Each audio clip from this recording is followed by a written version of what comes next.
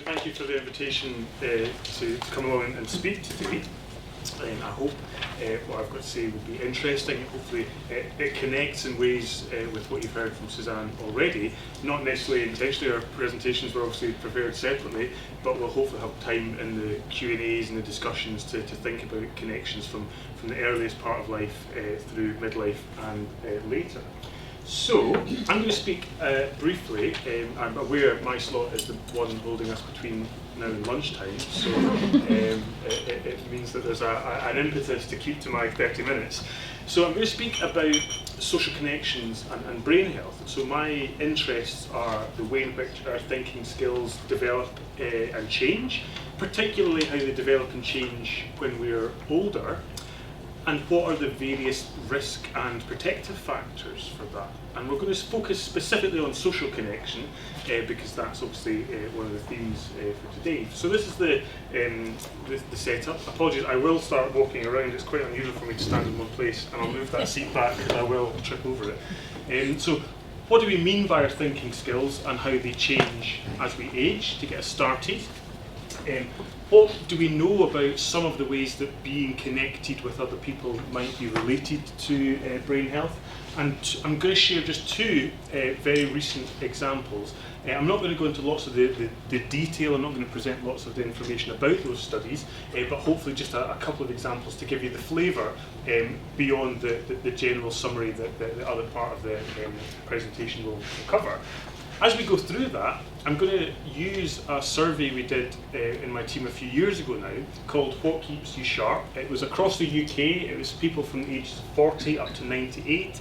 And it was a survey all about what people believe, understand, or are concerned about in relation to their thinking skills and how it might change. So I'm going to drop in a few of those questions from that survey, basically so I can ask you a question, so it's not just me standing at the front chatting away. So, to get us started then, my first question is, what thinking skills might we see changing as we get older? What thinking skills do you think actually might change earliest in that process? So our thinking skills develop and change across the life course. We might start to see some of those declining as we get a bit older, but it might vary. What type of thinking skills? So I've popped a set of thinking skills on the screen there, so things like decision making, speed of thinking, wisdom and knowledge. So this one, no fancy Padlet, no fancy QR codes, just a shouting out. So shout out which of the thinking skills you reckon we might see declining earliest in that aging process. Who wants to get us started? Speed of thinking. Okay, got a nice range of things. So, got a speed of thinking, we've got an attention, we've got something over here, remembering things. What was that? Remembering things. Word skills. So, there's a nice range of things going on there. And that's always interesting. You know, why some people choose one thing over another. When we did this big survey, the thinking skill that people thought might change earliest was remembering things. Yeah. Probably because it's one of those really salient aspects of our thinking skills. The ability to remember what we're doing, who we are, who that person we're speaking to, what did we come into this room for, such an important thing. Day to day, we're using our memory without even realising, holding a little bit of information in your head long enough to do the thing that you intended to do. So memory is something that people are worried and concerned about, and it was what that survey suggested people thought might change earliest. It's not necessarily, and I'll go into that in a second, but what also happens with memory, people comment on it. So after a certain age, I'm not sure what age it is exactly, I think I've passed that age because my niece and nephew definitely speak to me about it, but at some point when you get that little tip of the tongue or slip of memory, oh, wonder what that, and sometimes it's meant joking and supportive, but it's not, is it? It's a sort of the suggestion that that's us past our best in terms of our memory capacity. There are words and phrases that I won't repeat, not because they're bad, but just because I think they're just unhelpful words and phrases when we start to see those slips of memory as we get older. And I say get older, I'm not saying when we're old. Getting older is something that's happening at every stage. Every day we're getting that little bit older. Yeah. An hour or so later it comes back to you. Yes, so, and that's, you know what, actually, I'll take that example because the type of thinking skill that is likely to decline a bit sooner is actually the one right in the middle, speed of thinking. But you know what? We see this this difference between older and younger adults in general. Younger people, if you're given a task to do, will often do it quickly. Lots of errors in that sometimes, but because they can do it quickly and repetitively, they might get the right outcome and a good outcome. Older adults might take a little bit more time to do it, but they might get to the same level of performance if given enough time to do it.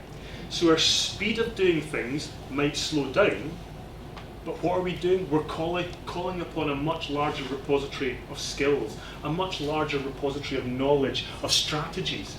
So the younger person, and this is very, very general, it's not the case for everything, but in general, the younger person is still learning and developing those strategies, so they're trying lots of things quickly. The older adult takes a little bit more time, but says, you know what, I've definitely seen this issue before. What did I do? And that's a very idealised example, but we see those kinds of things day to day.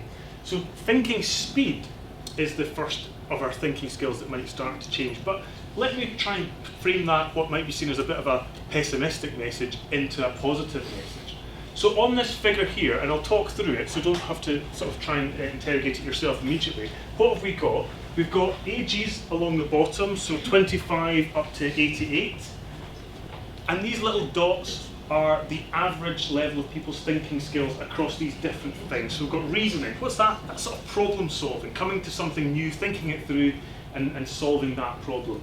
Spatial orientation, so tasks about how we are situated in space. Can we orientate? Can we rotate objects? Perceptual speed, the ability to take in information through our senses and do something with it. Numeric and verbal ability, probably the most easily thought through. So our ability with numbers, our abilities with words. Verbal memory, our ability to remember things over time. What do we see though?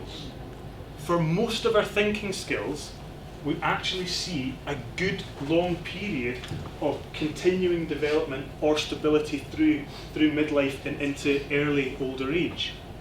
So when we talk about thinking skills, people often think I'm a bit of a pessimist. I'm absolutely not, because what's the message? Most of our thinking skills continuing to develop and or maintained well into our 50s or 60s on average.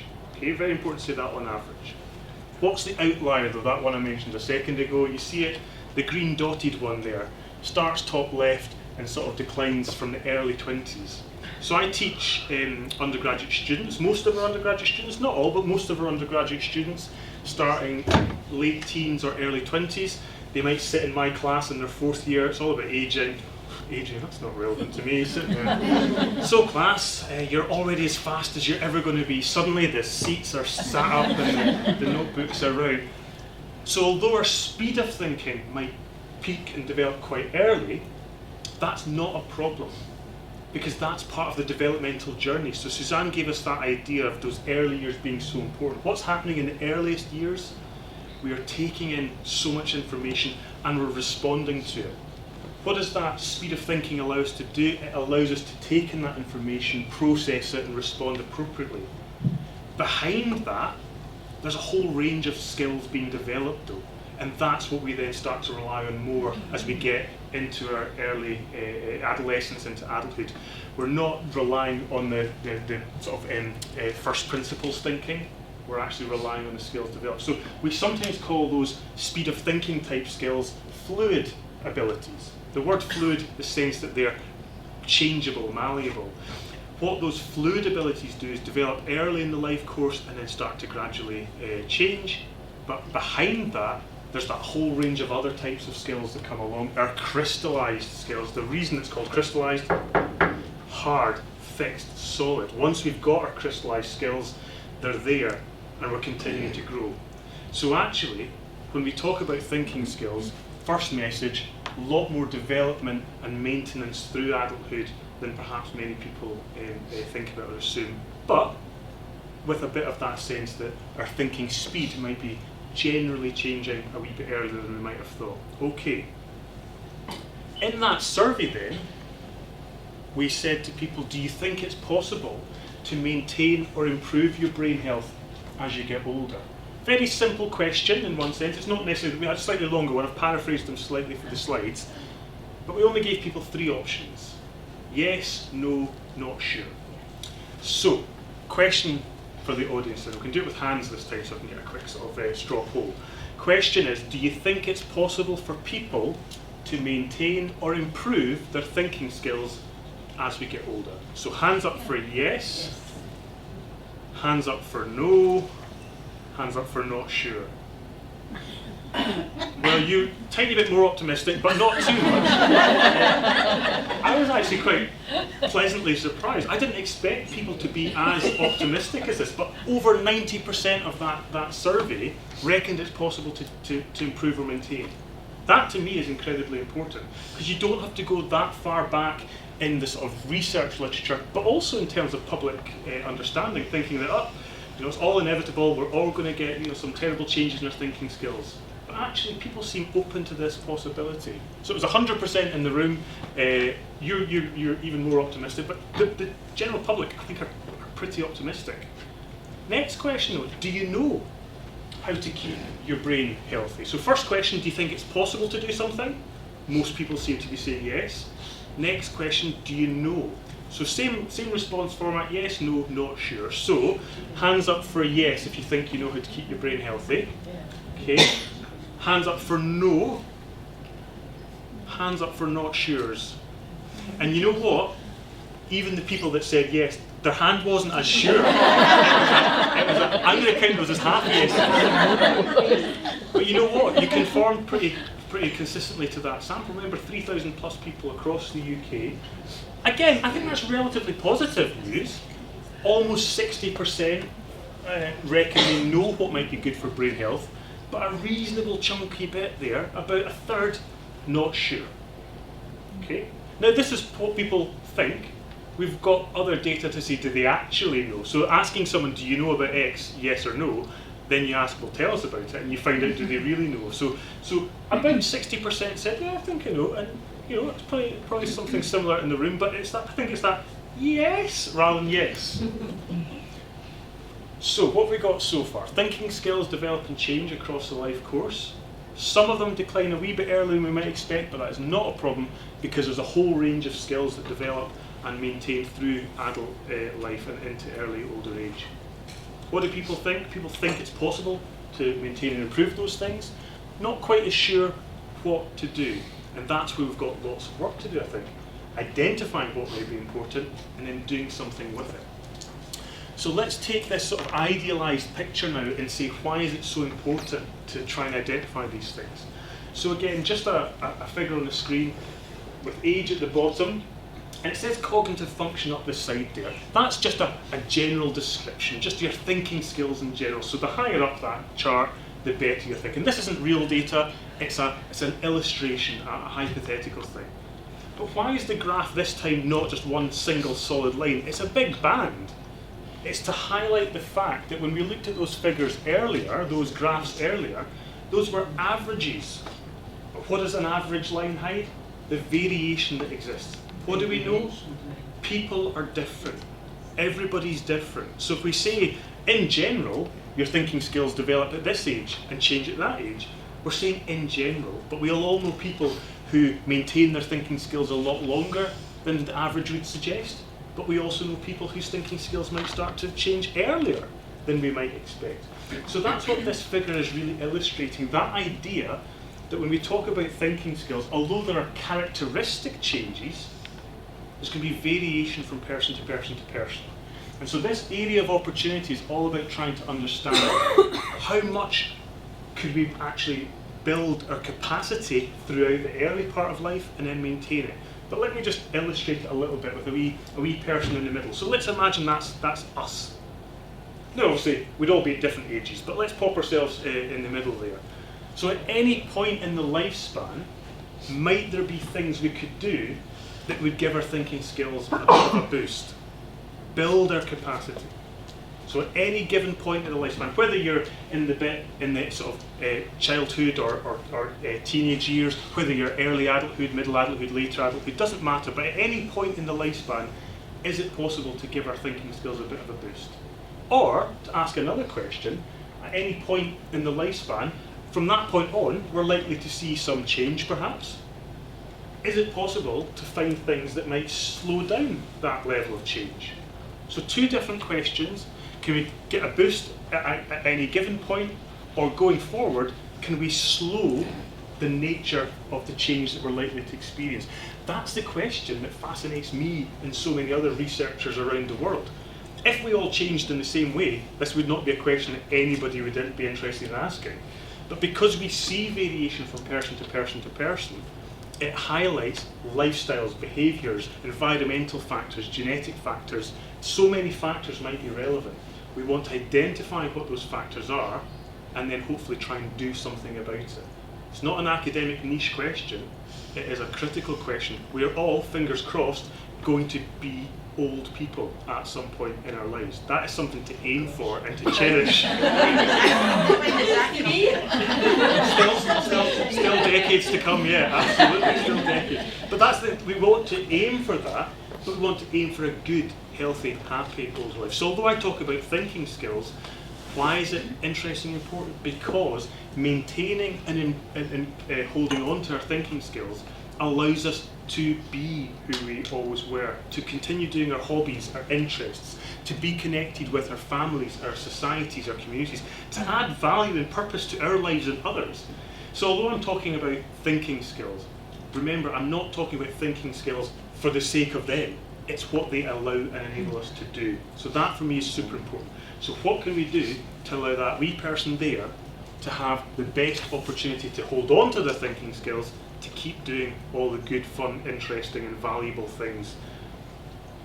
So we asked that survey, so you'll see when you see this little logo, that's the survey coming back again.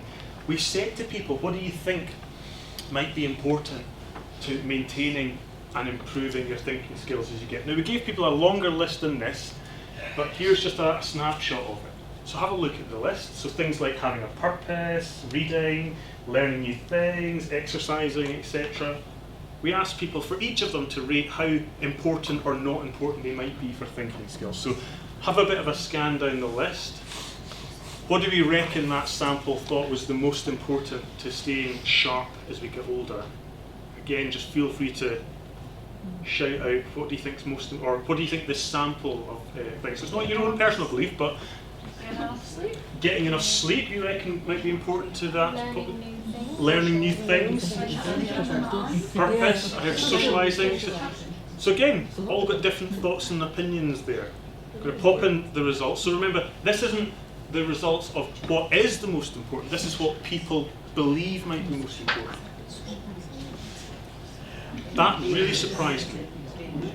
Although I heard it shouted out there, the thing that came out at the top of the list in terms of what people believe might be most important was that sense of purpose, sense of direction, sense of having something to do that's of value. Perhaps my reason for being surprised is because I thought that might be a bit too opaque for people. What does it mean? But actually it clearly connects, it clearly says something which I think is relevant to some of the things we're going to be talking about the rest of today. But I've highlighted socialising there because obviously that's one of the things we're interested in today.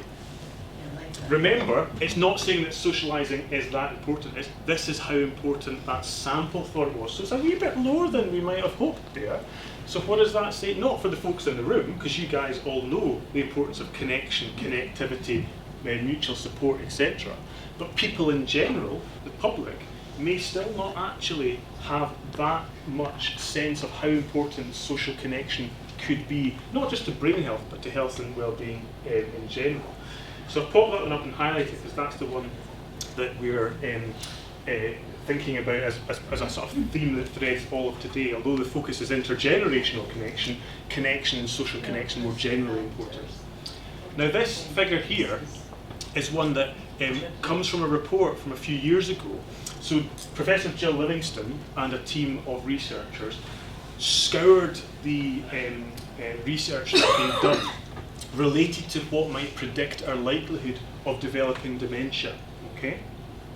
And what they did was they looked at lots of different lifestyles and behaviours and environmental factors, and they said, what is what are the factors that have the most robust and consistent evidence? Not what are the only factors, but what currently has the most robust and consistent. So what they said was, from that scouring of thousands and thousands of research studies, they said there's about 12 risk factors that we think we can confidently say are risk factors for dementia, and that taken together they might account for about 40% of the global incidence of dementia.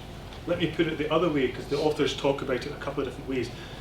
If 12 factors account for about 40% of the incidence of dementia, they said, actually, imagine we could get rid of those 12 risk factors, we might reduce the incidence of dementia by about 40% globally. That'd be tens of millions of people. Now, saying that's really easy. The idea of removing some of those things would be difficult. What are some of the things? So I appreciate the screen's probably a wee bit too small for some folks to see there. So at the very top there, education early in life might be important. So these are framed as risk factors for the development of dementia. So lower education is a risk factor. Let me try and flip it around a bit though, so we're thinking about these things in that more positive, proactive way. So let's think about it as, what are the factors that might be associated with positive brain health outcomes as we get older? So more education early. Reducing or correcting hearing loss when we're in midlife, trying to avoid getting bangs on the head, which may or may not be as easy for some folks, reducing or treating hypertension, avoiding excessive alcohol consumption, looking after and controlling our weight in midlife. And as we get into later life, so the idea of this figure as it goes through the lifespan, in later life, not smoking, reducing smoking or quitting smoking might be good. Looking after our mental health, specifically reducing depression as much as possible. I'll jump over one in a minute, I'll come back to it, you'll see why. Physical activity might be good for brain health. Not being exposed to pollutants in the air, and keeping a check on our blood sugar levels, so controlling diabetes. But the one that I jumped over, social isolation, or to put it the positive way, social connection, being connected to people. So look at that set of risk factors. Some of them, if you were asked about risk factors for health, they're the things you talk about. Smoking or alcohol consumption, excessive alcohol consumption. But look, social connectivity is within that pattern. We're seeing more and more of that across different health outcomes, which wasn't the case 15, 20 years ago when people focused perhaps on these more specific health risk behaviours rather than something that was often not as looked at. I'm not saying people weren't researching this. There were people researching these things from the 60s and 70s, but it's taken quite a while for these factors to be seen as robust and consistent predictors of outcomes. Oh, sorry, I should just say, I've highlighted this idea of marginal gains. What does that mean? Any outcome, whether it's health, well-being, or any outcome in general, it's very rare for there to be one predictor of that outcome. Lots and lots of things generate the outcome. So although we're going to now focus on just that social connectivity aspect, remember those are in a network of things. So if someone sees a risk factor and says, oh, I've got that thing, remember, one risk factor doesn't determine the outcome, it's all of them together. And it's not just these 12 either, remember, this is the 12 where they say we've got good, robust evidence. I reckon when this will be updated in about 3 years, 5 years' time, there'll be another 3 or 4 that have got that solid, robust evidence behind it. So marginal gains is super important because this is a messaging thing. If you talk about one risk factor or one behaviour to someone, that can sometimes be quite, okay, oh, I can't change that. So is that me now going to get that disease you were talking about or that condition? So important to highlight the connectivity, focusing on some of those individual risk factors, but not losing sight of the network that they exist within.